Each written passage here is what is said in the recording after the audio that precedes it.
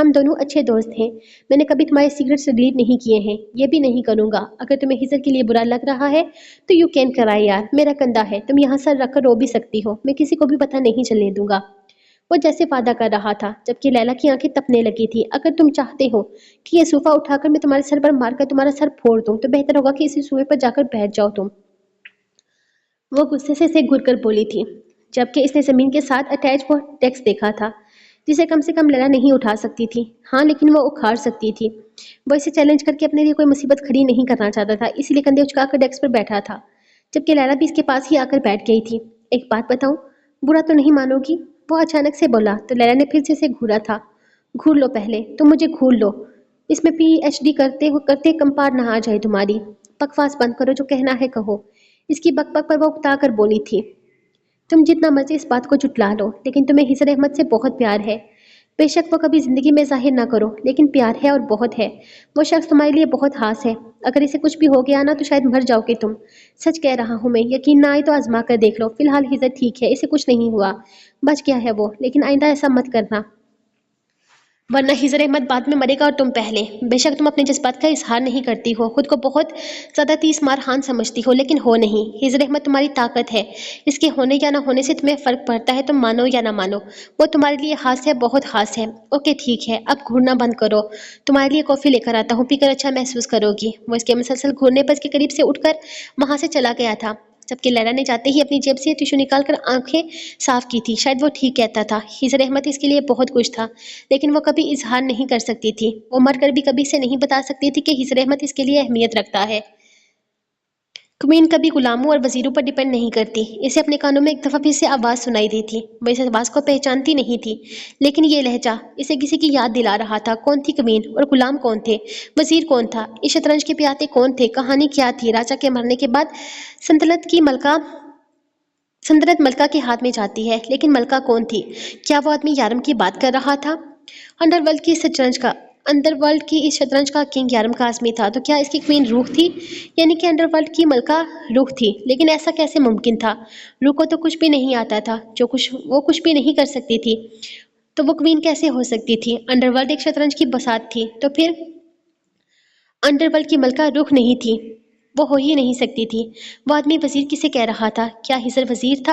اور وہ پیادے کون تھے؟ شارف و درک، ہم لوگ تمہارے لیے جان دے سکتے ہیں یارم، تمہارے ایک ہی اشارے پر ہم لوگ مر سکتے ہیں، اس بات کی گارنٹی میں تمہیں دیتی ہوں۔ اگر تم نہیں تو ہمارا نیٹ ورک ختم ہو جائے گا۔ کیوں ختم ہو جائے گا لیلا؟ تم ہو نا میرا نیٹ ورک سنبھالنے کے لیے۔ اگر یارم قاسمی نہیں تو لیلا ہر چیز کو ہینڈل کر لے گی، ڈیول کے بعد لیڈی ڈیول ہر چیز کو ہینڈل کرے گی۔ تم کوئین ہو میرے نیٹ ورک کی، میرے بعد ہر چیز تمہارے ہاتھ میں آئے گی، میں تمہیں اپنے نیٹ ورک کی رانی بناؤں گا، یہاں کا راجا میں ہوں، میری زندگی میں میری کوئین میری روح ہے، لیکن انڈر ورلڈ کی کوئین تم بنو گی، کیونکہ جتنے اچھے سے تم ہر چیز کو ہینڈل کرو گی اتنا کوئی نہیں کر سکتا۔ ہزر نے تو میرے مرنے پر رونے بیٹھ جانا ہے، تم پر یقین ہے مجھے۔ للا تم مجھے کبھی کسی امتحان میں شکست کھاتی نظر نہیں آؤ گی۔ اسے اپنے کانوں میں یارم کی آواز سنائی دے رہی تھی۔ دیوار کے ساتھ سر لگائے وہ خاموشی سے اس پہیلی کو سلجھانے کی کوشش میں لگی ہوئی تھی۔ اس کا ہاتھ بری طرح سے کانپ رہا تھا۔ کیا وہ جو سمجھ رہی تھی وہ صحیح تھا؟ اس نے اپنے ہاتھ میں مضبوطی سے پکڑے حضر کے موبائل کو دیکھا تھا۔ اس نے گہری سانس لیتے ہوئے حضر کے موبائل پر پاسورڈ لگانا شروع کر دیا۔ لیلا، میں موت پر شک کر سکتا ہوں لیکن حضر پر نہیں۔ اسے یارم کی آواز سنائی دی تھی۔ اسکرین پر لگا اس کا پاسورڈ غلط ہو گیا تھا۔ اس نے گہری سانس لیتے ہوئے ڈیول قاسمی لکھتے ہوئے موبائل کی طرف دیکھا تھا۔ اب کی دفعہ اگلے ہی لمحے موبائل اس کی آنکھوں کے سامنے ان لاک ہو چکا تھا۔ آئی ہیٹ یو حضر احمد، آئی ہیٹ یو، تم اعتبار کے قابل ہی نہیں ہو، میں خود تمہیں جان سے مار ڈالوں گی، وہ غصے سے کہتی اگلے ہی لمحے کمرے کے اندر داخل ہوئی تھی۔ بیڈ پر بے جان پڑا حضر احمد شاید اب بھی مشکل سے سانسیں لے رہا تھا جب اس نے غصے سے اس کے منہ سے آکسیجن ماسک اتارتے ہوئے زوردار مکہ اس کے پیٹ پر دے مارا تھا۔ ڈاکٹر نے کہا تھا اب اسے ہوش آنے میں 1-2 گھنٹے لگ جائیں گے، لیکن اس کا مکہ کھاتے ہی وہ ہوش میں آ گیا تھا۔ وہ اپنے پیٹ پر ہاتھ رکھے بری طرح سے کھانسنے لگا تھا جب لیلا نے پوری شدت سے ایک مکہ اس کے منہ پر دے مارا تھا۔ پھر اس نے آگے پیچھے ہر طرف دیکھتے ہوئے بنا اس پر ترس کھائے سامنے پڑا بڑا سا میڈیسن ہینگر اٹھایا تھا، اس سے پہلے کہ وہ اس کے سر پر مار کر اس کے سر سے گندا خون نکالتی۔ اچانک ہی کمرے میں بہت سارے اسپتال کے لوگ داخل ہو گئے تھے۔ چھوڑو مجھے، میں اسے جان سے مار ڈالوں گی آج، یہ میرے ہاتھوں سے بچ نہیں سکتا۔ ترک میں کہہ رہی ہوں چھوڑو مجھے، میں تمہیں بھی جان سے مار ڈالوں گی، میں تمہاری بھی جان نکال دوں گی، تم بھی ملے ہوئے ہو اس سب میں۔ میں بھی کہوں، رویام غائب ہے اور تم یہاں اتنے مزے سے بیٹھے ہم سب کا تماشا دیکھ رہے ہو۔ یہ آدمی آج میرے ہاتھوں مرے گا۔ ہم یہاں یارم کی موت پر رو رو کر پاگل ہو رہے ہیں اور یہ آدمی ہمارا مذاق اڑا رہا تھا، مزے کر رہا تھا۔ وہ غصے سے اپنا آپا کھوتی۔ ہینگر سچ مچ میں ہیزر کے سر پر مار چکی تھی۔ اس کا غصے سے دماغ پوری طرح سے کام کرنا چھوڑ چکا تھا۔ جب اس کی نظر در کی پینٹ پر گئی، اس نے اگلے ہی لمحے اس کا ریوالور کھینچ لیا تھا۔ وہ سب جو اسے چھڑوانے کی کوشش میں تھے، اس کے ہاتھ سے گولی چلنے پر فوراً سے پہلے ہی اس سے دور ہوئے تھے، جبکہ وہ ہیزر پر نشانہ باندھ کر گولیاں چلاتی گئی تھی۔ ہیزر جو ابھی ابھی ہوش و حواس کی دنیا میں واپس آیا تھا، لیلا کو اس پاگل انداز میں دیکھتے ہوئے اسے یاد ہی نہیں رہا تھا کہ وہ بیمار ہے۔ وہ بس اپنی جان بچانے کی کوشش کر رہا تھا، ورنہ اس کی پاگل بیوی نے سچ مچ میں اس کی جان نکال دینی تھی۔ ہیزر کو اس وقت اپنی جان سے زیادہ عزیز اور کچھ بھی نہیں تھا۔ یہ عورت اسے جان سے مار سکتی تھی، اس کی بچیوں کو یتیم کر سکتی تھی، اسے فرق نہیں پڑتا تھا کہ وہ خود بیوہ ہو سکتی تھی۔ ہاں، لیکن ہیزر کو اپنی جان جاتی ہوئی محسوس ہو رہی تھی۔ وہ کبھی ایک طرف تو کبھی دوسری طرف بھاگ رہا تھا۔ اسے بس کیسے بھی لیلا سے اپنی جان بچانی تھی۔